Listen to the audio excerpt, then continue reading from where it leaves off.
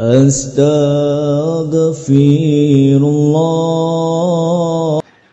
Bismillahirrahmanirrahim. Assalamualaikum warahmatullahi wabarakatuh. Alhamdulillah wassalatu wassalamu ala rasulillah wa ala alihi wa sahbihi wa mawalah wa la hawla wa la quwata illa billahi wa ba'du. Terlanjutkan kajian kita masih membahas tafsir dari surah Al-A'la, dan kita masuk pada ayat A'udzubillahi minasyaitonirrajim. Bismillahirrahmanirrahim. Wa nuyassiruka lil yusra. Malam ini kita akan membahas satu ayat saja karena panjang pembahasan. Wa nuyassiruka lil yusra. Dan kami, wahai Muhammad, akan memberikan kemudahan kepada dirimu. Apa makna kemudahan yang Allah Subhanahu wa taala berikan kepada Nabi sallallahu alaihi wasallam ini? Yang dimaksud kemudahan dalam ayat ini adalah asy-syari'atu yusrun wala harajun fiha wala syiddatun. Yang dimaksud kemudahan dalam ayat ini artinya Allah Subhanahu wa taala akan memberikan kepada Rasul sebuah syariat, sebuah ajaran yang mudah, tidak memberatkan, dan tidak pula syiddah keras dalam ajarannya. Malam ini kita akan membahas bahwa Islam ini agama yang mudah. Tapi jangan kemudian ayat ini dijadikan dalil. Kalau antum kadang sholat, kadang enggak, kemudian saya katakan kenapa enggak sholat, kan mudah agama ini Ustaz. Kok dipersulit kali? Bukan begitu. Itu bukan memahami agama ini mudah, tapi memudah-mudahkan agama namanya. Baik, ma'asyiral muslimin yang dimuliakan Allah Subhanahu wa taala. Allah Subhanahu wa taala berfirman dalam ayat yang lain dalam surah Al-Baqarah ayat 185. Yuridullahu bikumul yusra wala yuridu bikumul usr. Allah Subhanahu wa taala menghendaki bagi kalian kemudahan dan Allah tidak menghendaki kepada kalian kesukaran. Ayat ini sebagai ayat yang sangat jelas menerangkan bahwa syariat Allah Subhanahu wa taala yang disampaikan Rasul kepada kita adalah syariat yang mudah dari semua segi. Bahkan Al-Quran sendiri Allah Subhanahu wa taala katakan walaqad yassarnal qur'ana lidzikri dalam surah Al-Qamar 13, dan kami mudahkan Al-Quran itu untuk diingat. Qurannya saja Allah mudahkan. Kalau kita lihat kitab-kitab sebelum Al-Quran seperti Taurat, Injil, sulit dihafal saja, sulit. Tetapi Al-Quran itu Allah mudahkan sampai ke anak-anak pun bisa hafal. Belum balik pun bisa hafal Quran. Artinya bahwa Quran ini dimudahkan oleh Allah Subhanahu wa taala. Sebagaimana menghafalnya dimudahkan, maka isinya juga semua mudah. Ma'asyiral muslimin yang dimuliakan Allah Subhanahu wa taala, kalau kita membandingkan syariat Islam dengan syariat-syariat sebelum Islam, maka kita tahu bahwa syariat sebelum Islam itu sangat berat bagi penganutnya. Contoh, ketika Bani Israel ditinggal oleh Nabi Musa alaihi salatu wassalam 40 malam untuk mengambil Taurat ke Bukit Saina. Kemudian tiba-tiba hanya ditinggalkan 40 malam mereka menyembah patung anak sapi yang dibentuk samiri. Maka Musa bergegas pulang karena Allah Subhanahu wa taala memberitakan bahwa umatmu telah difitnah oleh Samiri. Akhirnya Musa marah. Sampai papan Taurat yang dipegangnya itu dibanting sehingga pecah sebagiannya. Ketika itu kemudian Musa membuat perjanjian dengan orang-orang yang sudah murtad gara-gara menyembah patung anak sapi. Kemudian Musa mengatakan, di depan kalian sudah ada Taurat, undang-undang untuk kalian. Kalian harus melakukan isi undang-undangnya. Tiba-tiba Bani Israel mengatakan, lihat dulu wahai Musa, kalau mudah kami amalkan katanya, kalau sulit ya kami pikir dulu. Itulah Bani Israel ya. Tidak mengatakan sami'na wa ata'na seperti sahabat Nabi. Mereka mengatakan sami'na wa asaina, kami mendengar tapi setelah itu kami maksiat. Akhirnya kemudian Nabi Musa alaihi salatu wassalam berdoa kepada Allah Subhanahu wa taala, bukit Tur itu diangkat. Wa rafa'na fawqakumut tur, kami angkat bukit Tur di atas kepala mereka. Kemudian Musa meminta pilihan kepada mereka, mau dibanting bukit kalian akan binasa atau mau ikut Taurat. Akhirnya mereka pun mengatakan kami ikut Taurat. Kalau ikut Taurat, cara tobat kalian, kalian harus saling membunuh. Ini kan perkara sulit tuh. Tobat mati, tak tobat mati. Sama-sama mati kan gitu ya. Tidak tobat mati kena banting bukit. Tobat pun mati juga karena harus bunuh-bunuhan. Ini kan berat ini. Tetapi bagaimanapun mati di atas kesyirikan jauh lebih buruk dibandingkan mati di atas kebaikan. Akhirnya mereka memilih saling membunuh di antara mereka. Makanya Allah Subhanahu wa taala mengatakan dalam Al-Baqarah 54, fatubu ila bari'ikum faqtulu anfusakum dzalikum khairul lakum inda bari'ikum. Tobatlah kalian kepada Rabb kalian, bunuhlah diri-diri kalian karena itu lebih baik bagi kalian di sisi Rabb kalian. Karena kalau bicara soal bunuh-membunuh itu kan ada 4 macam. Ada yang membunuh dan yang dibunuh masuk surga. Ada yang dibunuh dan yang membunuh masuk neraka. Ada yang dibunuh masuk surga, yang bunuh masuk neraka. Ada yang sebaliknya. Contohnya apa? Contohnya seperti di sini. Ini kan bunuh-bunuhan ini. Yang satu bawa pisau, yang satu bawa pisau, kemudian tusuk-tusukan. Dua-duanya mati. Tapi dua-duanya masuk surga. Kenapa? Karena begitulah syarat tobatnya. Sama dengan kejadian peperangan di antara para sahabat. Antara kubu Ali dengan Muawiyah ketika terjadi fitnah yang disebut dalam sejarah perang Siffin. Mulai dari perang Jamal kemudian terjadi perang Siffin. Bunuh-bunuhan. Tentu peperangan kedua kubu dari sahabat Rasul itu kita katakan ala ijtihad, di atas ijtihad. Muawiyah tidak mau berbaiat kepada Ali karena punya ijtihad. Ali memaksa Muawiyah baiat kepada dia pun karena ijtihad dia. Seorang mujtahid apabila berijtihad salah dapat pahala 1. Kalau benar dapat pahala 2, kan begitu.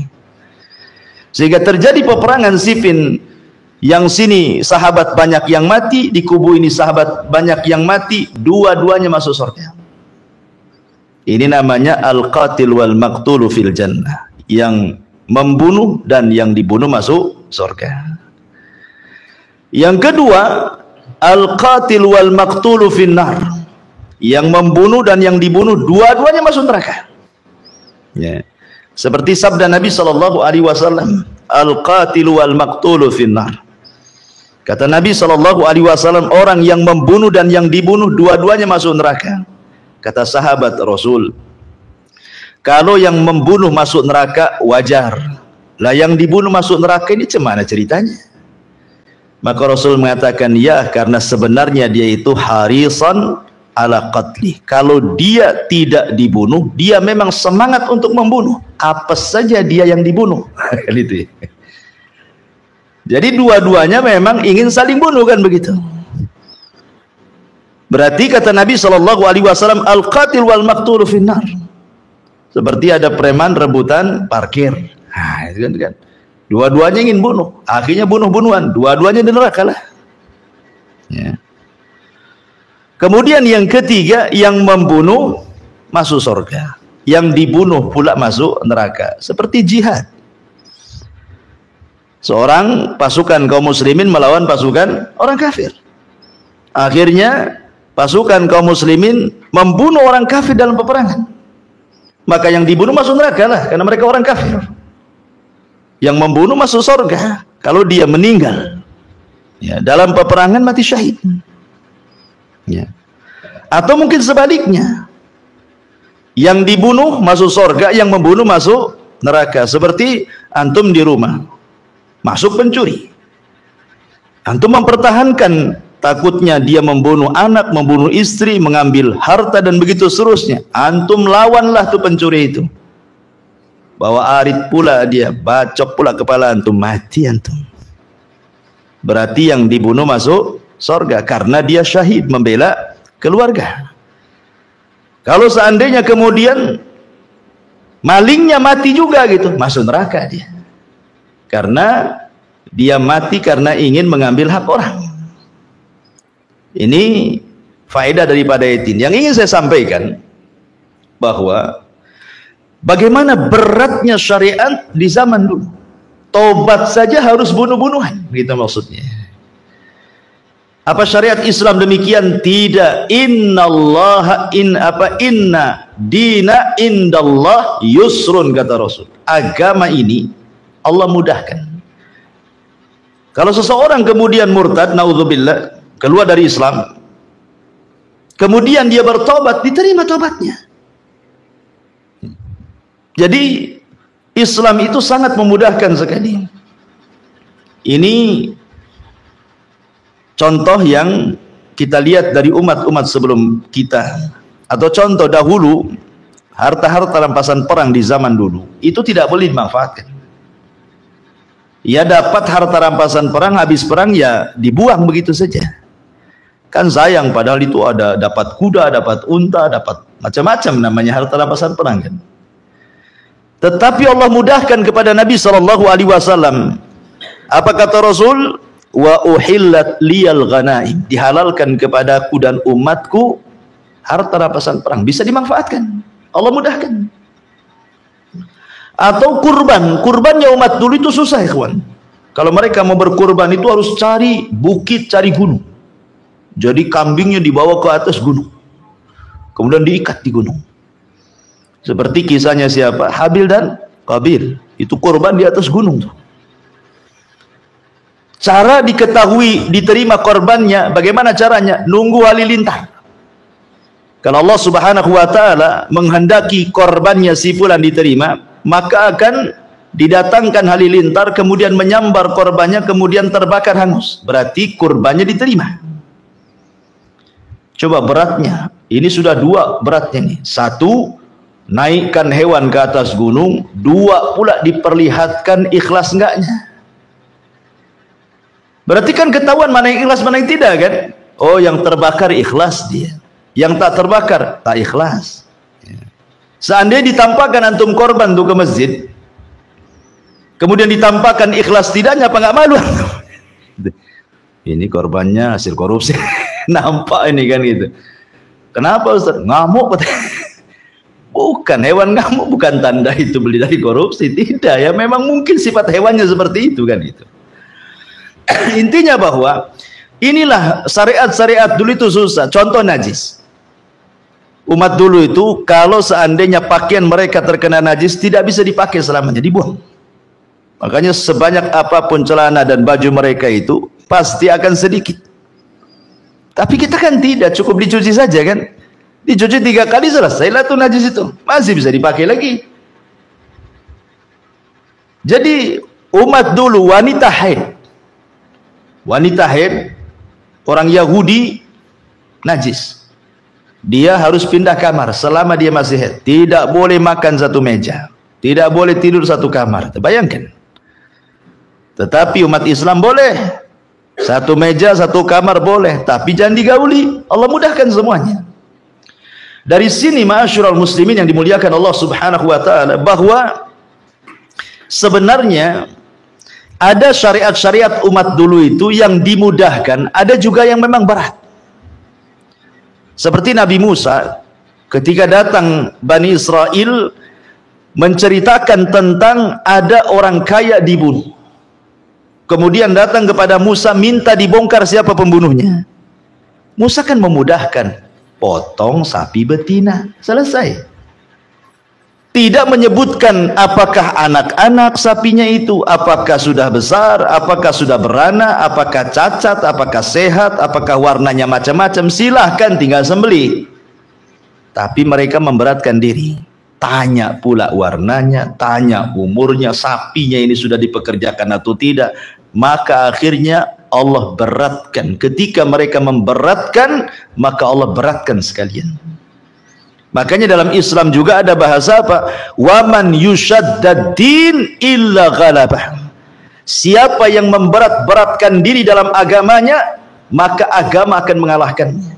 Contoh, antum ingin mengamalkan semua sholat sunnah, antum ingin mengamalkan semua puasa sunnah, antum ingin mengamalkan semua zikir yang diajarkan Nabi, doa yang diajarkan Nabi. Coba bayangkan, sehari antum mulai dari pagi ini sholat umpamanya syuruk, kemudian habis itu duha, kemudian masuk masjid tahiyatul masjid, ya, kemudian rawatibnya, malamnya qiyamul lail, witir umpamanya kan. Kemudian antum juga ingin mengamalkan puasa, Dawudnya antum amalkan, Senin Kemisnya antum amalkan, Ayyamul Bidnya antum amalkan, semua doa-doa antum amalkan semuanya. Bisa? Nggak akan bisa. Kemampuan kita terbatas. Makanya kenapa Nabi SAW mengatakan khairul a'mal adwamuha wa inqallah. Sebaik-baik amal itu sedikit tapi istiqomah.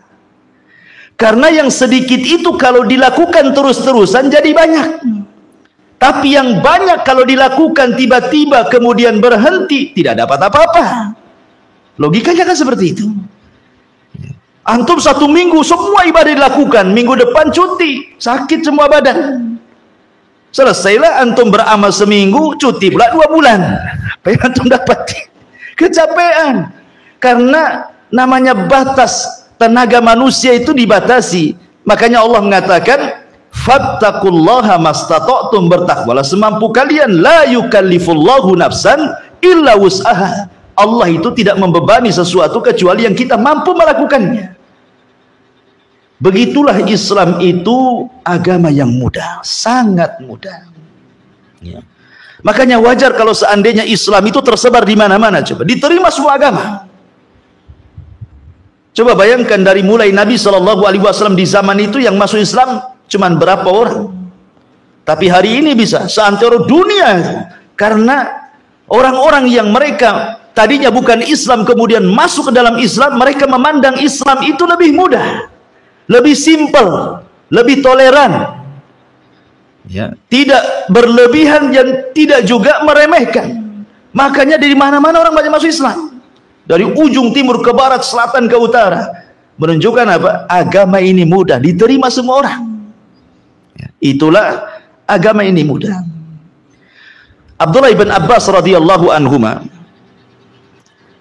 dia mengatakan, dikatakan kepada Nabi SAW, ya Rasulullah, ayyul adiyani ahabbu ilallah.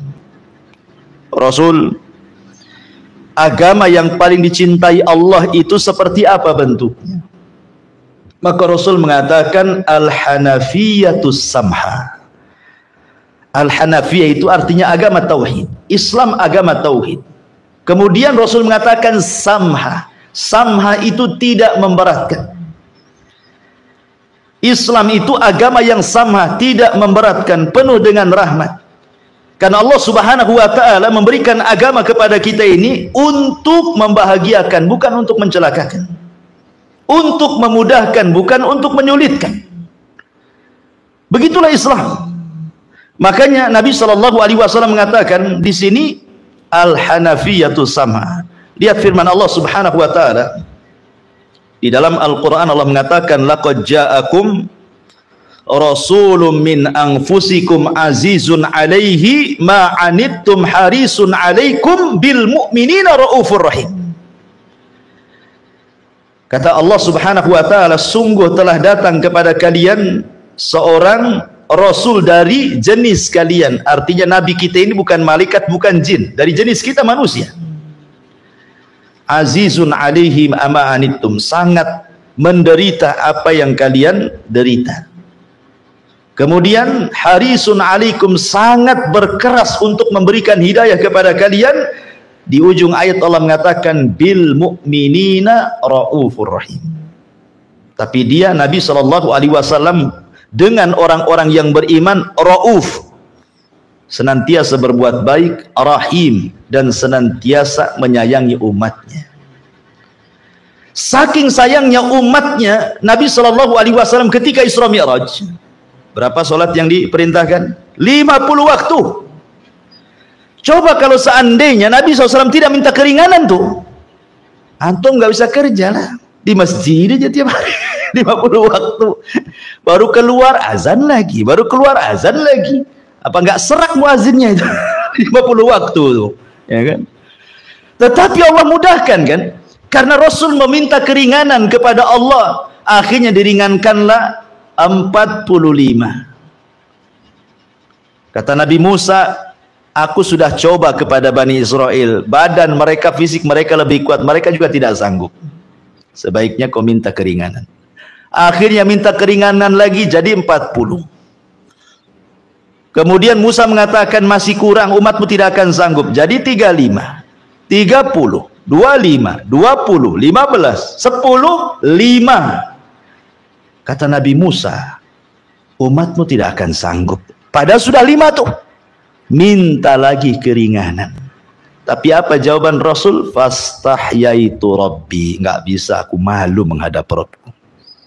Seandainya Rasul naik lagi yang 5 itu, kan kurangnya 55 tuh, tak sholat antum. Karena kurangnya 555 kan begitu ya. Nah, tapi kan Rasul malu dia.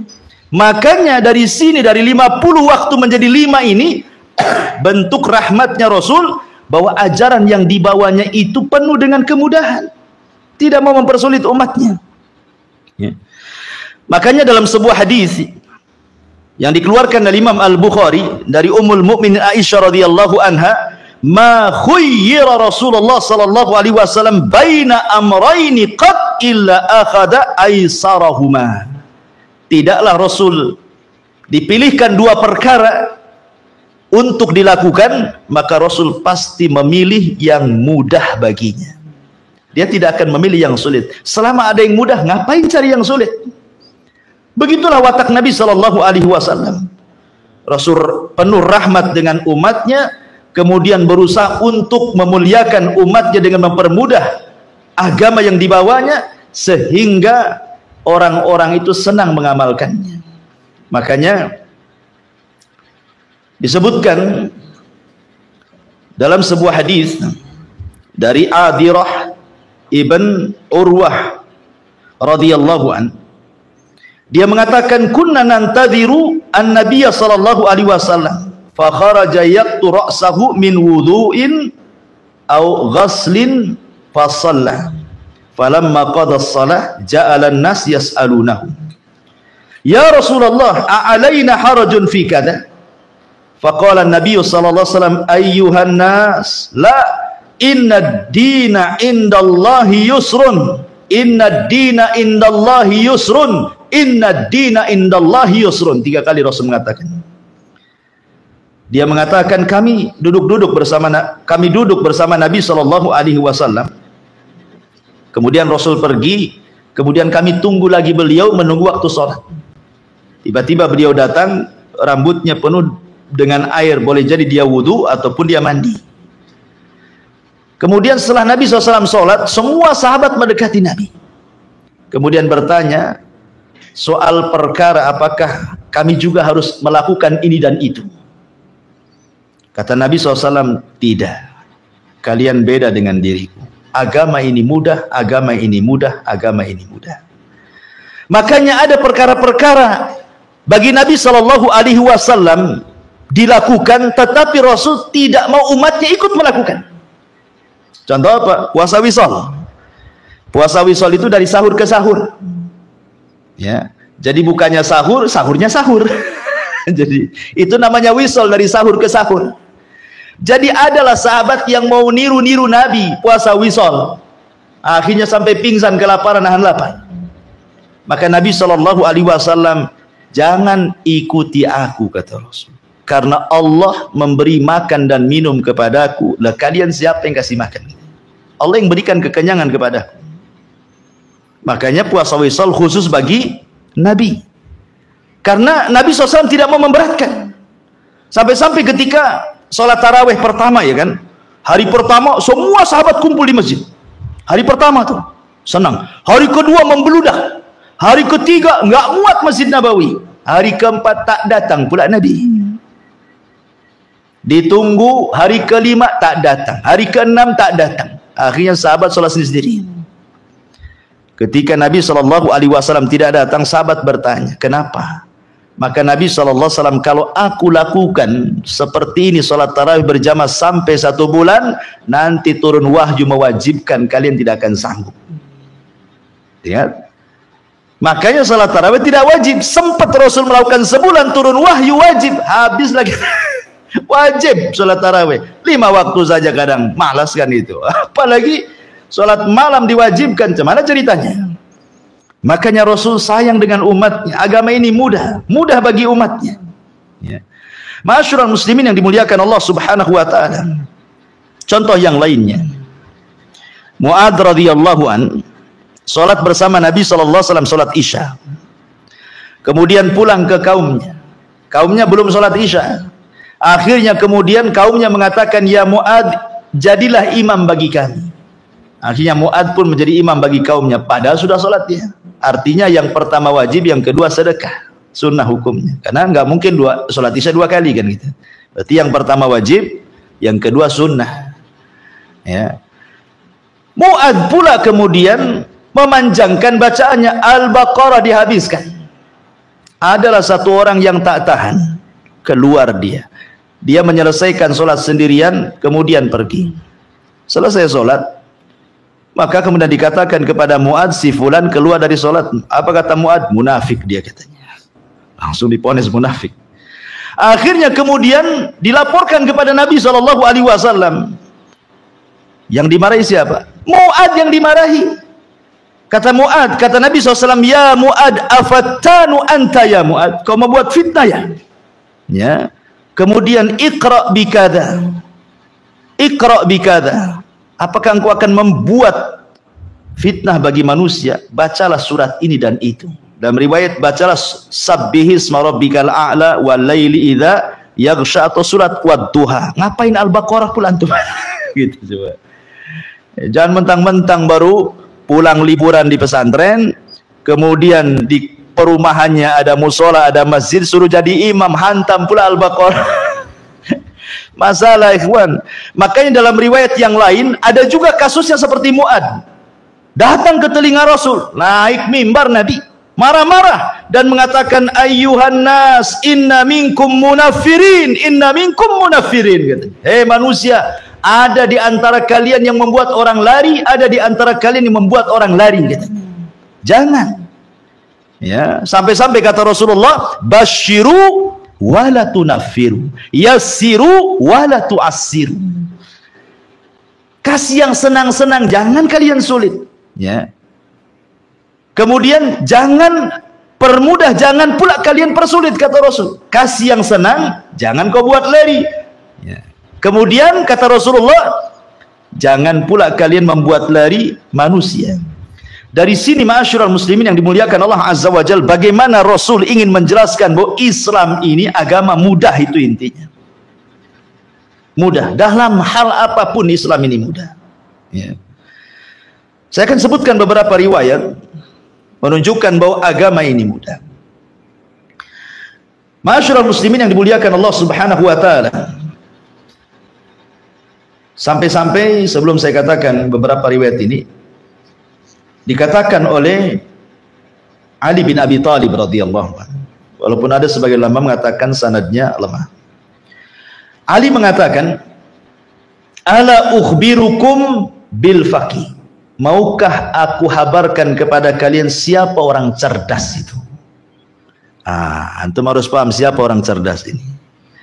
Orang cerdas itu, katanya Ali bin Abi Thalib radhiyallahu an, haqqul faqih alladzi la yuqnitun nasa min rahmatillah. Orang yang cerdas itu, kata Ali, adalah orang yang tidak membuat manusia putus asa. Jangan dibuat putus asa manusia itu. Dan ini selaras dengan perkataan salaf, diantaranya Sufyan Ats-Tsauri rahimahullahu taala mengatakan, dan juga ulama yang lainnya, al-faqihu alladhi yurakhisun nasa wa tashdid kullu insanin yuhsinu. Indah sekali kata-kata Sufyan Ats-Tsauri ini. Apa kata Sufyan Ats-Tsauri? Dia mengatakan orang cerdas itu adalah orang yang senantiasa mencari rukhsah, keringanan-keringanan kepada manusia. Tetapi orang yang jahil, orang yang keras, semua orang, tetapi kekerasan itu semua orang bisa melakukannya. Ya. Jadi orang yang cerdas itu dia akan memilihkan kepada orang itu perkara-perkara yang mudah. Tapi orang yang keras, semua orang bisa keras. Orang bodoh bisa keras, orang cerdas bisa keras, semua orang bisa keras. Artinya kata Sufyan Ats-Tsauri ini ingin mengatakan bahwa kalau orang itu cerdas, alim, maka dia akan berusaha mencari, menelaah, membaca, kemudian dia akan mencari yang termudah, yang dimudahkan Allah dan Rasulnya, kemudian difatwakan kepada manusia supaya jangan lari. Tetapi keras itu semua orang bisa, ya, semua orang bisa keras itu, mau jahil mau alim bisa. Kata orang jahil, oh ini bid'ah, tidak boleh, bisa saja. Gitu kan. Oh ini haram, tidak boleh, ini makruh, oh semua orang bisa ngomong. Kalau keras itu semua orang bisa ngomong, ikhwan, ya.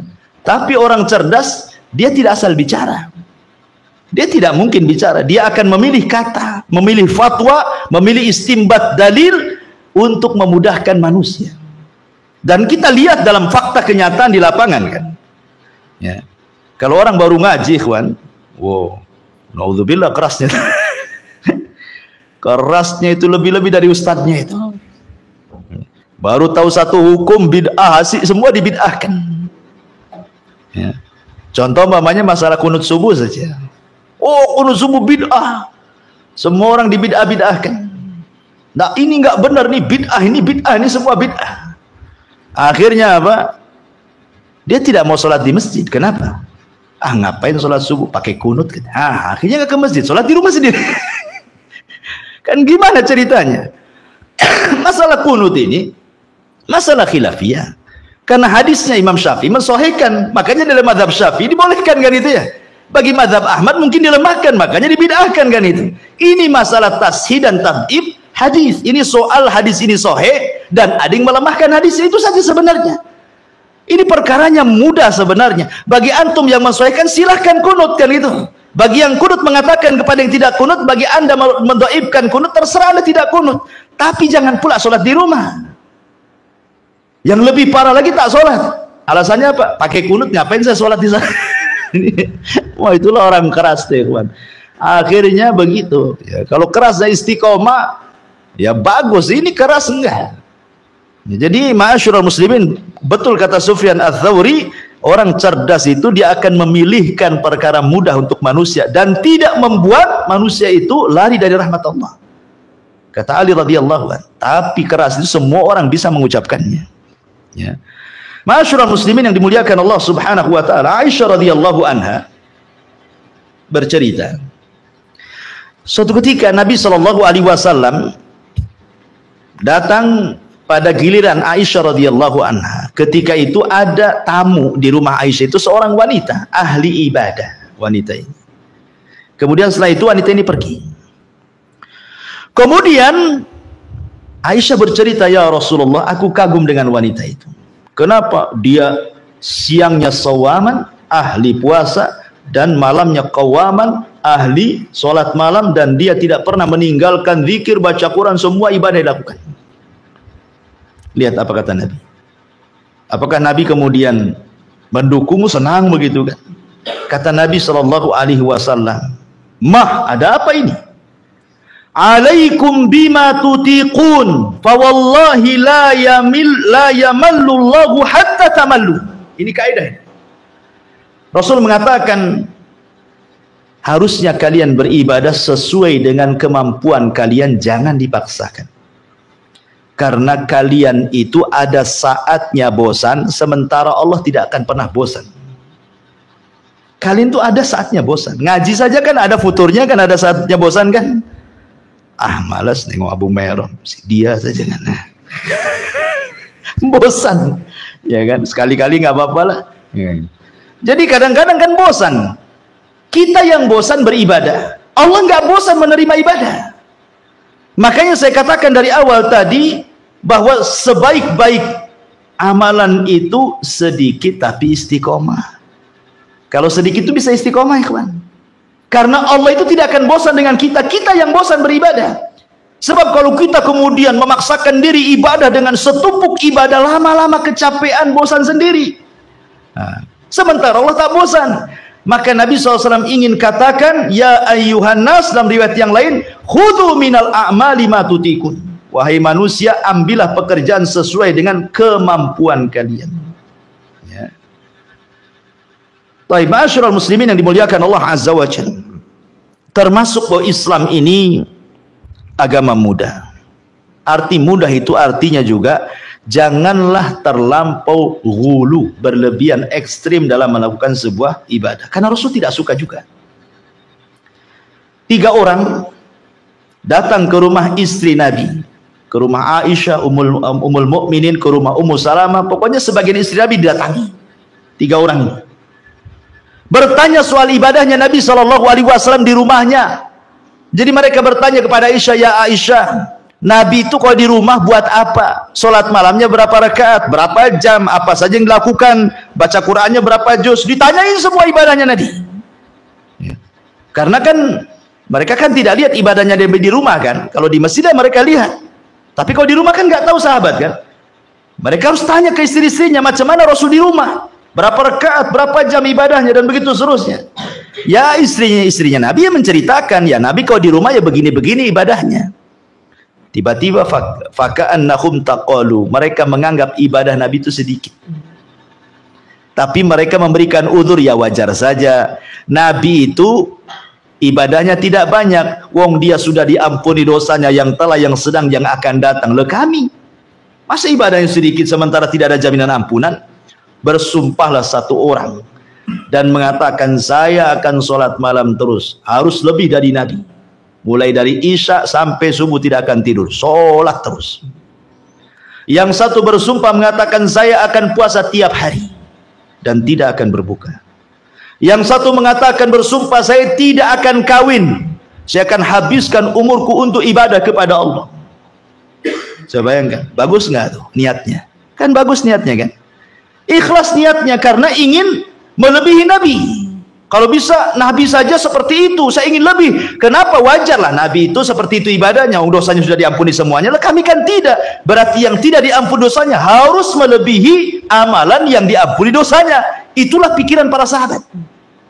Sampai berita ini kepada Nabi, naik mimbar Nabi. Ya. Kemudian Nabi SAW marah-marah tuh. Apa kata Nabi SAW? Innama a'lamukum billahi wa atqakum wa ahsyakum lahu walakinni akumu wa anam wa asumu wa uftir wa atazawwajun nisa faman raghiba an sunnati falaysa minni. Kata Nabi SAW, saya lebih paham dibandingkan kalian, saya lebih takwa dibandingkan kalian, saya lebih takut kepada dibandingkan kalian, tapi saya sholat malam terkadang tidur, tidak dihabiskan sholat malam, ya. Karena tidurnya Nabi SAW itu dua sifat disebutkan dalam surah Muzammil itu. Nisfahu awingkus minhu auzid alaihi. Ya. Jadi separuh ataupun ditambah. Artinya tidurnya Nabi SAW itu separuh malam, separuhnya untuk sholat. Kemudian atau 2/3 malam tidur, sepertiganya sholat. Itulah tidurnya Nabi dan ibadahnya Nabi di malam hari. Sebagaimana disebutkan dalam surah Muzammil kan. Ya. Jadi ketika sahabat ini mengatakan tidak mau tidur loh, Nabi tidur loh, kadang tidur, kadang sholat kan begitu. Ini enggak mau tidur saya, mau sholat habis isya sampai subuh katanya. Nah, ini udah menyelisih Nabi nih. Ya. Kemudian kata Rasul, wa asumu wa uftir, loh aku puasa, aku juga buka. Ya. Tidak terus puasa, karena Nabi itu begini sifatnya Nabi itu. Dia pagi-pagi dia akan bertanya kepada istrinya, hal indakum syai, ada nggak makanan yang bisa aku makan? Itu pertanyaan Nabi. Nabi tidak mengatakan masak apa kamu, enggak, itu kita. Ya. Kalau kita masak apa? Lalap. Kenapa kau masak lalap? Kenapa enggak gulai saja? Tak ada daging bang katanya. Kita kadang-kadang kan aneh-aneh nanya sama istri. Nabi tidak. Nabi mengatakan ada makanan yang bisa aku makan. Ya, kan enak tuh bahasanya. Kata istrinya tidak ada. Ya sudahlah, saya puasa saja. Itulah Nabi. Kadang dia niatnya tidak puasa karena tidak ada yang dimakan, akhirnya puasa. Dan boleh niat mendadak dalam puasa sunnah. Beda dengan puasa wajib, tidak boleh. Kalau puasa wajib harus niat di malam hari. Malam yubayyiti siyam fala siyamalahu, kata Rasul. Siapa yang tidak niat di malam hari tidak dianggap puasa Ramadannya. Tapi kalau puasa sunnah boleh. Itu namanya niat dadakan kan? Ya. Artinya Nabi SAW kadang puasa, kadang tidak. Kadang dia sedang berpuasa kemudian diundang untuk makan, dijamu untuk makan, dibatalkan tuh puasanya sama Nabi. Sementara orang ini tiap hari pula mau puasa dia. Ini kan menyelisih Nabi dananya. Ya. Kemudian yang satu pula nggak mau kawin loh. Nabi istrinya 11 kok nggak mau kawin, ini gimana ceritanya? Orang yang tidak mau kawin itu mungkin punya penyakit, atau mungkin punya syubhat di kepalanya, ajaran sesat. Ya. Cuman dua itu tuh orang nggak mau kawin. Ima punya penyakit atau ada pemahaman sesat dia di kepala. Maka cepat kawin antum. Yang belum kawin, yang sudah kawin bolehlah nambah kan. Kan itu. Yang ingin saya katakan ikhwan, lihat Nabi SAW tidak mau memberatkan umatnya. Rasul tidak senang kan? Rasul justru marah-marah. Jangan seperti itu. Itu bukan sunnahku itu. Rasul tidak memberatkan karena agama ini mudah gitu maksudnya. Ya. Ini satu contoh. Contoh yang lain. Ingat kisahnya Abu Darda yang pernah saya ceritakan. Abu Darda ini seorang tujar, pedagang hebat di zaman jahiliyah. Dia orang kaya di Madinah itu Abu Darda. Sukses jualan. Berniaganya itu luar biasa. Ketika dia masuk Islam, dia masih berniaga. Dia berusaha untuk menggabungkan akhirat dengan dunia, tapi tak bisa. Ya karena mustahil. Makanya kalau ada orang yang ngomong sama antum, kalau saya sih berusaha 50% agama Ustaz, 50% dunia. Antum langsung tunjuk hidungnya, pendusta kamu. Pendusta, nggak ada ceritanya. Mana bisa 50% agama, 50% dunia? Gimana caranya? Saya tanya 50% agama, 50% dunia. Oke, hitungan satu hari. Sholat 5 waktu itu, sholat subuh berapa menit, kemudian duhur berapa menit, asar berapa menit, maghrib berapa menit, kemudian subuh berapa menit, isya berapa menit, kemudian kita gabungkan menit-menit itu. Ada 1 jam kira-kira? Nggak ada. Ya. Tiba-tiba kemudian antum mengatakan 50% dunia, 50% akhirat. Ya kalau mau 50% dunia akhirat, ya jelas hitung-hitungannya kan. Umpamanya dari pagi sampai asar antum sholat, ibadah, zikir semuanya kan. Nanti habis asar antum baru buka bukalah itu kios-kios toko-toko tuh. Ah, itu benar tuh. Tapi nggak ada yang melakukan seperti ini. Makanya nggak bisa menggabungkan antara dunia dan akhirat itu.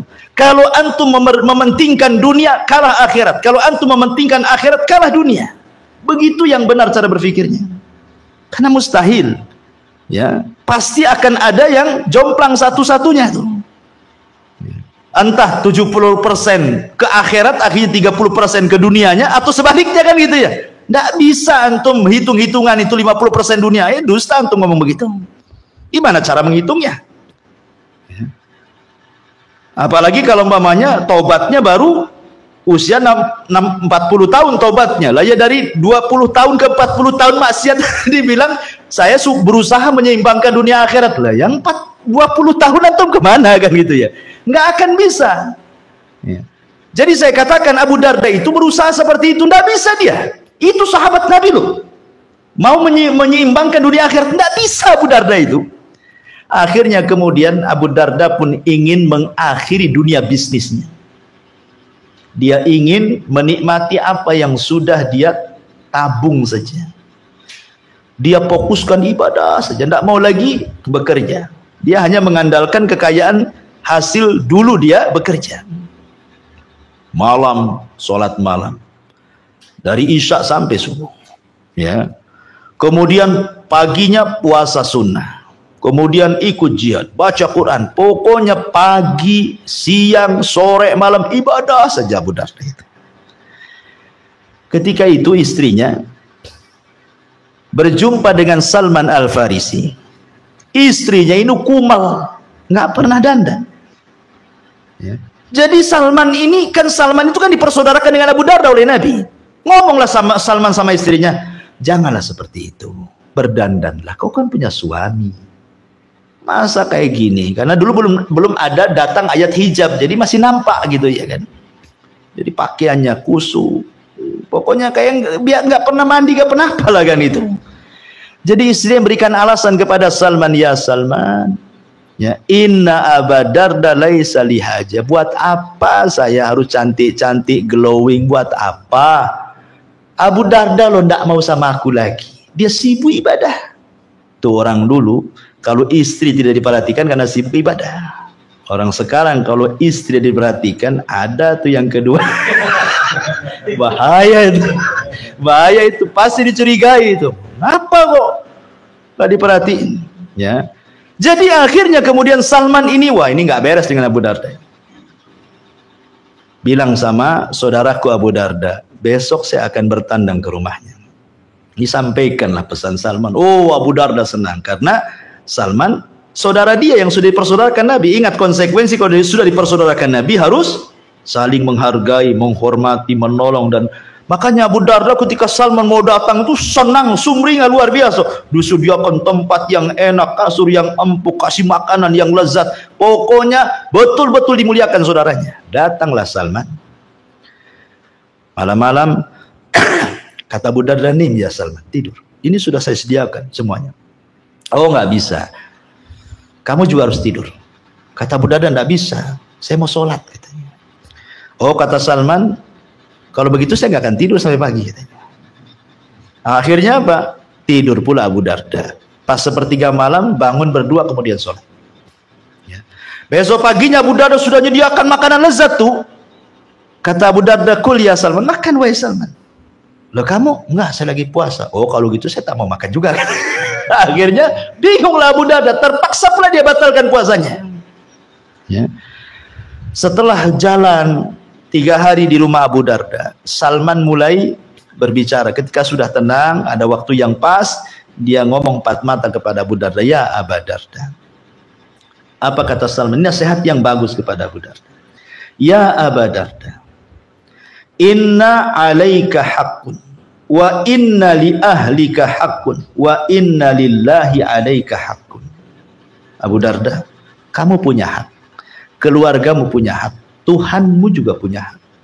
Gunakan sepertiga hak kepada Allah, gunakan sepertiga hak kepada keluargamu, gunakan sepertiga hak untuk menjaga kesehatan badan. Kamu juga perlu tidur, nanti sakit kan itu.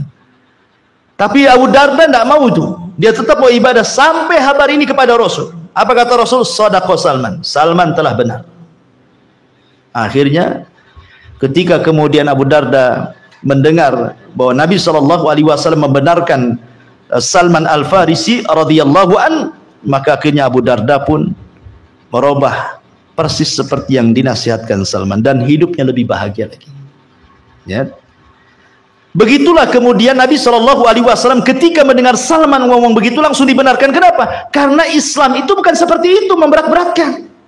Dengan memberatkan yang ini akhirnya meremehkan yang lain, bukan begitu kan itu. Satu sisi ibadahnya oke, tetapi ke keluarga tak oke, kan jadi masalah jadinya. Ya. Itulah kalau orang memberat-beratkan agama pasti ada yang diremehkan yang lainnya. Ini contoh kisah Abu Darda. Kisah Abdullah ibn Amr ibn As radhiyallahu anhu. Abdullah ibn Amr ibn As. Abdullah ibn Amr bin As ini jago puasa, ikhwan. Wah, kalau puasa itu paling mudah bagi dia. Ya begitulah manusia, ada yang dilebihkan puasanya, mudah puasa, sulit pula sedekah. Kan itu ya. Ada mudah sedekah, tak bisa dia puasa. Nah, sedekah aja lah, puasa antum aja. Kan itu. Puasa sunnah, anak bisa ke Senin Kemis. Tapi kalau saya sedekahkan nanti buka anak yang traktir, anak bisa gitu. Antum yang puasa, anak yang traktir iftar antum. Kan puasa antum jadi milik saya. Walaupun tak puasa, saya dapat pahala puasa katanya kan. Memberikan iftar orang puasa kan itu ya. Itulah cerdas orang. Tapi kalau puasa Ramadan jangan pula ngomong begitu. Ya, kamu puasa Ramadan, aku yang kasih. Aku tak puasa, tapi kan kamu dapat. Orang gila ini. Puasa wajib tidak bisa diwakilkan, ya kan? Jadi Amr bin As ini ngomong sama Nabi SAW bahwa dia ingin puasa setiap hari. Kata Nabi SAW, la taf'al, jangan kau lakukan. Sum waftir, kum wanam. Puasa tapi juga kadang-kadang kau berbuka. Jangan puasa setiap hari. Sebagaimana berdirilah sholat malam tapi kadang-kadang juga kau harus tidur. Fa inna li jasadika alaika haqqan, jasadmu punya hak. Kemudian wa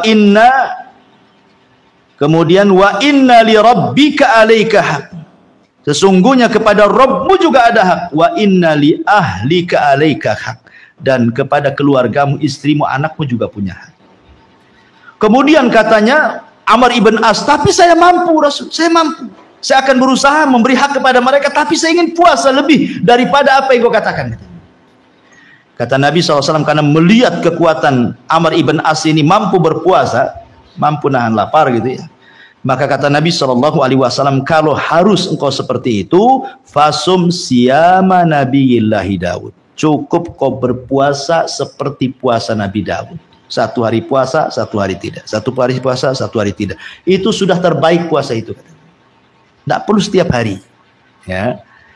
Jadi Nabi SAW walaupun Amr ibn As ini, Abdullah ibn Amr ibn As ini punya kemampuan, mampu berpuasa, tapi Rasul tidak mau memberatkan. Sekali lagi karena ada hadis tadi apa? Manusia itu ada waktu jenuh. Dan Allah tidak akan pernah jenuh menerima ibadah kita. Kita yang jenuh beribadah, itu masalahnya. Rasul tidak mau itu. Makanya Rasul SAW ingin mengajarkan bahwa agama ini sangat mudah. Ya. Atau contoh hadis Nabi SAW, Rasul mengatakan, masih hadis dari Abi Dzar Al-Ghifari radhiyallahu an, yusbihu ala kulli sulama min ahadikum sadaqah, fa kullu tasbihatin sadaqah, wa kullu tahmidatin sadaqah, wa kullu tahlilatin sadaqah, wa kullu takbiratin sadaqah, wal amru bil ma'rufi sadaqatun, wan nahyi anil munkar sadaqatun, wa yuzzi'u min dzalika rak'atan yarka'uhuma minadh-dhuha, rawahu Muslim. Kata Rasul, setiap persendian anak Adam itu setiap pagi wajib mengeluarkan sedekah.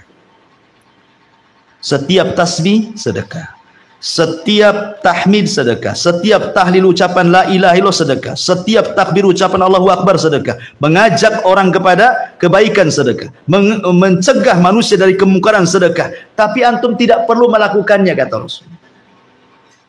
Cukup 2 rakaat duha mewakili semuanya. Karena itu, kalau antum kemudian bertasbih tiap pagi, takbir, tahlil, mengajak orang, ngelarang orang, kan agak berat. Tapi Rasul tidak perlu antum lakukan. Antum cukup 2 rakaat 2 sudah mewakili itu semua katanya. Islam mudah. Ya. Makanya kalau kita lihat secara umum syarat Islamnya, saya belum cerita ibadah, kita cerita di luar ibadah dulu. Contoh umpamanya dalam masalah khitbah. Dalam masalah khitbah, kita boleh kalau ada orang ingin menikah, dijodohkan, otomatis kan harus memandang. Memandang apa? Memandang wajah. Ya kan? Dimudahkan kalau nanti tidak dipandang wajahnya, cuman antum suka dengan dia atau tidak. Sampai ada cerita ya, kawan. Anak punya kawan waktu dia aman belajar. Ya, dia orang Kalimantan. Orang Kalimantan. Cerita, dulunya dia gabung di kelompok anulah, nggak perlu saya sebutkan. Jadi cerita gini, ngomong sama saya. Ada cerita katanya. Ceritanya gimana? Dia punya kawan. Kawannya ini ya orang soleh lah. Orang soleh. Dia ngomong sama seorang ustadz di kelompok itu. Carikan jodoh yang hafal Quran. Kan bagus tuh. Carikan jodoh saya seorang wanita yang hafal Quran. Dicarikanlah sama ustadznya. Carikan sama ustadznya. Ya. Sebelum ustadz ini mencarikan, ustadz tanya dulu, kira-kira kriterianya seperti apa? Ya, kriterianya seperti apa? Oke, kamu sudah mengatakan cari yang hafal Quran, tapi saya ingin tahu kriterianya. Kamu yang tinggi, yang pendek, yang putih, yang hitam, yang mata lah gimana? Kata orang ini, enggak lah. Yang penting hafal Quran. Soal penampilan saya nggak peduli. Yang penting hafal Quran. Akhirnya betul-betul dicarikan. Ini anak muda ini ganteng, tampan, putih. Ya soleh lah gitu ya. Dicarikan sama ustadznya. Ya, rupanya di tempat pesantren dia tidak ada yang hafal Quran kecuali 1 orang. Ya, wanita ini kulitnya hitam, tidak terlalu cantik, orangnya pendek, gemuk. Ceritanya, cuman dia yang hafal Quran. Masalahnya kan itu ya. Jelek orangnya. Ya maksudnya pandangan kita ya, semua makhluk itu tidak ada yang jelek. Ya, Allah menciptakan manusia itu fi ahsani taqwim. Tapi kan kita ini punya fitrah bisa memandang mana yang cantik, mana yang jelek kan gitu. Ya. Jadi akhirnya karena kan pakai cadar juga nggak tahu kan. Nah, kemudian ketika akad nikah, kan perempuannya di dalam tabir. Jadi dia hanya akad nikah dengan walinya. Ya. Aku nikahkan kau dengan mahar sekian tunai, ku terima tunai, sah. Ah, selesai. Kalau gitu ambil istrimu. Dia aja istrinya ke kamar. Sudah dibuka tuh menjerit dia keluar. Kabur katanya. Enggak sesuai dengan kriterianya. Coba subhanallah. Akhirnya apa? Dia kan mengatakan ingin hafal Quran, akhirnya membenci agamanya kan. Harusnya soal agama itu pertama dibelakangkan dulu pertanyaannya. Ya kan? Tanya dulu kalau bisa cantik, kaya, nasabnya bagus. Ini yang terakhir nih, kalau bisa yang hafal Quran. Kata ustadznya kalau 4-4-nya ada, saya lah duluan katanya. Nggak perlu antum. Maksudnya gini, itulah penting supaya ketika kita nggak cocok, nggak disalahkan agamanya. Ini kan disalahkan agamanya jadinya kan, karena antum bicara tentang hafal Quran. Berarti orang yang hafal Quran akhirnya kan. Artinya harusnya dibelakangkan pertanyaan itu supaya ketika tidak suka, kenapa? Kan saya sudah ngomong minta yang cantik, kenapa kok kasih yang tidak cantik? Berarti mau persoalannya karena cantik kan. Ketika sudah dikasihkan yang hafal Quran larikan yang nggak cantik, lah itu sudah salah dari awal dia. Jadi yang dicela agamanya. Islam itu mudah, nggak seperti itu. Makanya kan ada khitbah, nengok mukanya seperti apa kalau dia pakai cadar. Ya, boleh juga buka rambutnya. Takut-takut botak nanti. Ya. Jadi lihat dulu ta'aruf, kemudian habis itu cari tahu. Nggak mungkin main-main, nampak gitu kan. Oh ini cocok nih. Belum tentu. Ya, main cucak cocok saja nggak bisa kan gitu ya. Cocok galicok itu apa istilahnya. Jadi itulah kemudahan Islam. Nggak bisa main gitu. Islam ini memudahkan orang. Kemudian yang kedua, kalau kita lihat juga masalah talak. Kenapa disyariatkan talak? Ini untuk memudahkan. Karena ada suami yang sudah jengkel dengan akhlak istrinya, kalau tidak ditalak menyiksa dirinya kan begitu. Makanya disyariatkan talak. supaya dia bisa mencari yang lain yang lebih solehah lagi kan gitu. Tentu talak yang disyariatkan. Mungkin istrinya mungkin akhlaknya nggak bagus, nggak mau sholat, nggak mau apa gitu ya, yang memang secara syar'i sudah boleh diceraikan. Ya. Kemudian khulu, suaminya jahat begini-begini, istrinya kalau tidak ada syariat khulu, dia tertahan tidak bisa gugat cerai kan gitu. Dibuatlah gugat cerai, semua untuk kemudahan itu dalam rumah tangga. Ya. Ataupun dalam jual beli, kenapa ada khiyar namanya? Ada khiyar itu ada pilihan. Ya. Tanya dulu, ada tawar menawar. Nggak bisa main bandrol saja kan. Tawar berapa? Kan ada kemudahan. Habis itu lihat ada cacatnya, ada enggaknya kan gitu. Dan boleh mengembalikan kalau dia mengatakan tidak ada cacat, kemudian sudah diterima pada cacat. Nah, berarti di luar kesepakatan kan? Itu semua untuk memudahkan itu. Kemudian juga contoh yang lain pamannya tentang sampai kepada masalah hukum Islam juga. Pamannya ada orang membunuh. Dalam Islam apa? Dibunuh. Tetapi Islam pun memberikan pilihan antara dibunuh dan bayar ini maksudnya bayar fidyah gitu ya. Bayar diat ya. 100 ekor unta, mau bayar 100 ekor unta atau mati. Gitu. 100 ekor unta bayar juga kan itu ya. Ya. Tapi itu kan ada kemudahan sampai ke masalah kafaroh jima saja di bulan Ramadan tidak kemudian harus memerdekakan budak. Memerdekakan budak zaman sekarang susah lah jadi budak. Yang ada budak-budak kecil itu orang Melayu tuh. Tak bisa. Itu orang merdeka, ya kan? Jadi adalah merdekakan budak atau kalau tidak bisa kasih puasa berturut-turut 2-3 bulan berturut-turut, kalau tidak bisa atau 2 bulan berturut-turut, kalau tidak bisa ngasih makan 60 fakir miskin. Kalau tidak bisa juga nih, sebagaimana ada hadis, ada seseorang datang kepada Nabi SAW, halaktu ya Rasulullah, celaka aku Rasul. Kata Rasul, apa sibuk-sibuk kau ini? Aku ini nggak tahan syahwatku, akhirnya aku berhubungan dengan istriku di bulan Ramadan. Oh kalau gitu kamu harus merdekakan budak. Nggak bisa Rasul. Oh kalau gitu puasa 2 bulan berturut-turut. Jangan 2 bulan berturut-turut. Ini aja 1 bulan tak tahan katanya kan. Oh kalau begitu kasih makan 60 fakir miskin. Aku loh orang paling miskin di desaku katanya. Apa kata Rasul? Ya sudah nih, saya kasih kurma bagi orang miskin di desa. Pergi. Rupanya nggak ada orang miskin kecuali dia. Dibawa lagi kurma itu. Kata Rasulullah, ya sudah ambil untuk kamu, itu paling enak. Sudah buat jarima, dia pula dapat kurma. Tapi menunjukkan di sini ada kemudahan-kemudahan.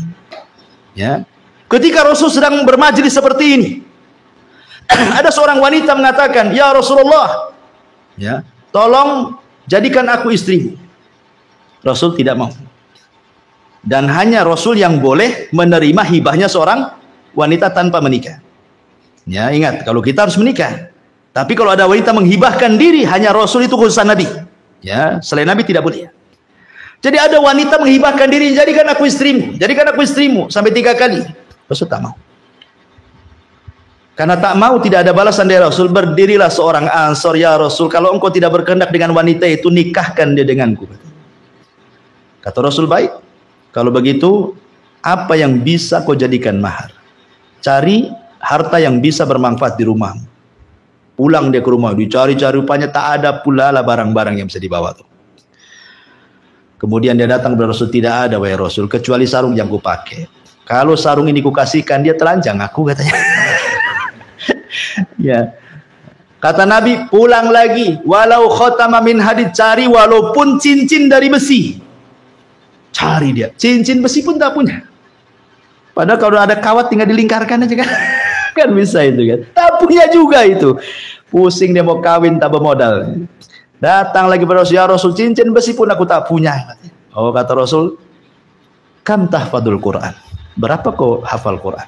Oh kalau itu aku hafal surat ini dan itu. Kata Rasul, uzawwijuka bima ma'aka minal Quran, kunikahkan dengan dia dengan hafalan Al-Quran.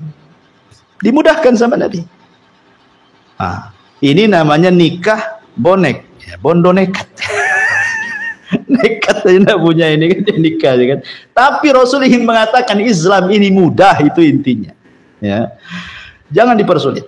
Ma'asyiral muslimin yang dimuliakan Allah Subhanahu wa taala. Baik. Abu Hurairah radhiyallahu an, kita masuk ke kaidah ya. Ini udah 9:30 ya. Oke, kita berhenti sampai 9:30 pas. Kita masuk ke kaidahnya, ya. Banyak cerita tapi nanti nggak masuklah ke kaidahnya.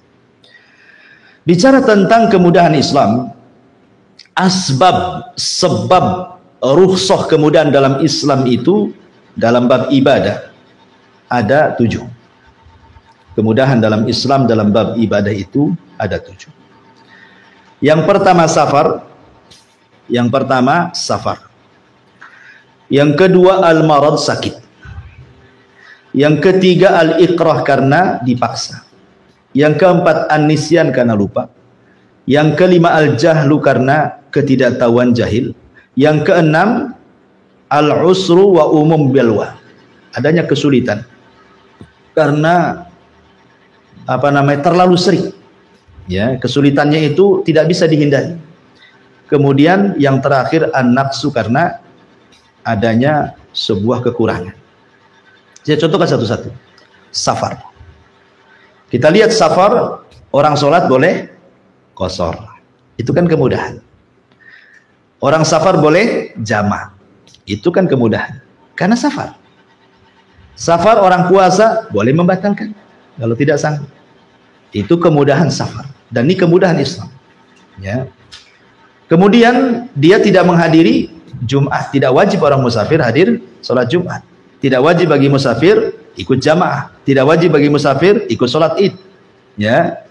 Tidak wajib bagi musafir untuk sholat sunnah rawatib, tidak ada sholat rawatib bagi musafir itu.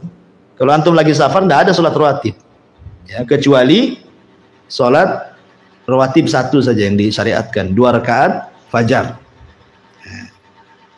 Adapun sholat-sholat yang lain disyariatkan, duha, witir, malam, itu kan bukan rawatib. Nah, itu boleh. Tapi rawatib Rasul tidak pernah melakukan di safar. Lihat, dikurangi itu sunnahnya. Itu menunjukkan kemudahan Islam disebabkan safar. Yang kedua sakit. Orang sakit banyak kemudahannya. Paling banyak orang sakit itu. Semua ibadah dimudahkan bagi orang sakit itu.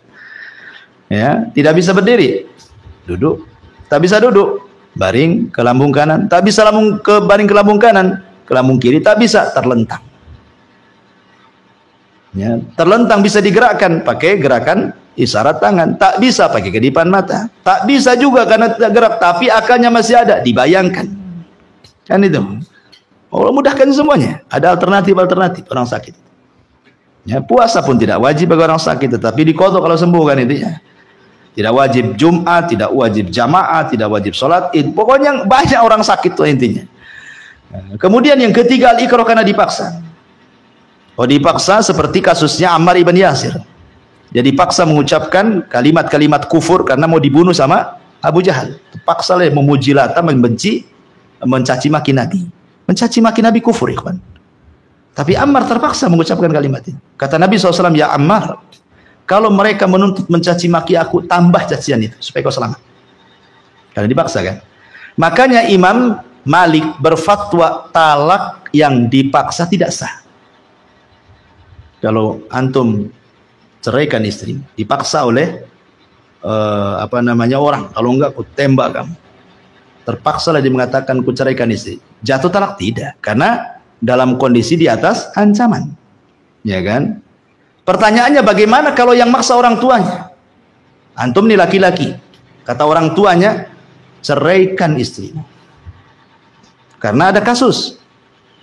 Ya, Abdullah ibn Umar radhiyallahu anhuma diperintah ayahnya Umar bin Khattab untuk menceraikan istrinya. Diceraikan sama Ibnu Umar istrinya. Kemudian sebelumnya Ibrahim meminta Ismail untuk menceraikan istrinya. Diceraikan istrinya. Sekarang bagaimana kalau seandainya seorang bapak meminta kepada anak laki-lakinya, ceraikan istrinya? Apa kata Ibnu Taimiyah? Boleh kalau bapakmu seperti Umar dan engkau seperti Abdullah bin Umar, katanya. Kalau bapakmu bajingan, ya tidak bisa lah. Karena itu Umar tahu maslahat anaknya karena dia sahabat, orang cerdas kan itu. Nggak bisa main orang tua ceraikan anak mulun ceraikan, nggak bisa berdalil dengan ini. Makanya kata Ibnu Taimiyah, kalau bapakmu seperti Umar, kau seperti Abdullah bin Umar, boleh katanya. Jadi lihat maslahat. Karena orang tua di zaman sekarang ini pandangannya bukan agama, kadang-kadang masalah ekonomi kan itu ya. Dan begitu seterusnya. Ya. Kemudian yang nomor 4, nisyan, lupa. Ya, orang lupa itu wajar. Antum lagi puasa, makan 2 bakul. Habis selesai makan teringat, lagi puasa ini. Gimana? Teruskan puasa. Enak. Ya kan? Walaupun sudah 2 bakul tuh di perut tuh. Tapi kan dimudahkan, tidak batal puasanya. Sama-sama kemudian lupa suami istri lagi puasa, melakukan hubungan. Selesai melakukan, kita kan lagi puasa ini. Nggak apa-apa, tapi jangan pura-pura, kan? Kan itu ya. Artinya bahwa kalau namanya lupa ya lupa lah, kan begitu. Semua juga jadi boleh kalau lupa itu. Dan begitu seterusnya. Kemudian juga yang ke-5, jahal karena tidak tahu, karena tidak paham. Seperti seorang mu'alaf baru masuk Islam, kan dia belum paham banyak hukum-hukum Islam, ya kan? Ya mungkin banyak yang dilanggar, ya wajar, ilmu belum sampai kepada dia kan, karena kejahilan. Ya udzur dengan kejahilan, dan tapi dia harus terus belajar biar makin paham, ya. Ataupun pamannya al-usru wa umumul balwa. Seperti saya kata tadi, kesulitan yang sifatnya menyeluruh. Seperti pamannya kencing. Kencing itu najis. Tapi mengeluarkan air sperma itu tidak najis. Sperma itu tidak najis, air mani itu. Tapi kencing najis. Kenapa yang mengeluarkan najis tidak mandi, yang mengeluarkan yang tidak najis suruh mandi? Harusnya kan terbalik gitu ya. Harusnya kalau mengeluarkan najis dia yang mandi kan? Karena sperma mani itu tidak najis. Ya, kenapa? Karena ini kesulitan. Ya, karena kadang-kadang satu hari kita kencing berapa kali coba? Kalau 10 kali, tak jadikan mujairat tuh dalam air terus kan itu menggigil lah kan gitu. Tapi kan kalau berhubungan kan bisa lah dibatasi. Nah, kalau kencing siapa yang bisa membatasi? Nah, makanya ada kesulitan-kesulitan yang umum seperti nggak bisa dihindari, ya nggak bisa. Ini pun termasuk rukhsah. Allah mudahkan. Nggak ada mandi orang kencing, cukup cuci saja najisnya. Ya. Kemudian an-naqsu, kekurangan akal. Seperti anak kecil kurang akal, ya kan? Orang gila kurang akal. Ya kalau orang gila nggak puasa nggak sholat, gimana gila? Nah, kalau antum nggak sholat ya antum orang gila, kan gitu ya. Jadi kalau ada kekurangan akal, kurangnya wajar. Itulah namanya sebab keringanan. Dan di dalam syariat itu sifat daripada kemudahan kemudahan dalam ibadah itu. Yang pertama, ada yang sifatnya takhfif, tangkis.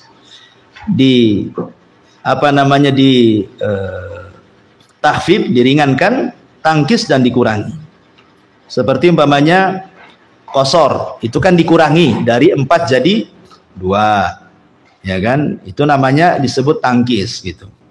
Ataupun dari berdiri ketika sholat jadi duduk, gitu ya. Itu sifat dirukhsahkan, dimudahkannya itu sebab dikurangi. Atau isyarat dalam sholat. Kemudian yang kedua, diringankan tetapi diganti. Diringankan tapi diganti. Ketika kita tidak ada air, diganti tayamum. Pamannya nih, antum di rumah nggak ada air, ATB tak jalan, kemudian mau pula antum hubungan sama istri, tengok kamar mandi kosong, tak jadi pula antum hubungan. Jangan jadi. Kenapa antum bingung? Karena tidak ada air. Nanti kalau umpamanya sebulan tak ada air, tak jadi pula, habislah antum.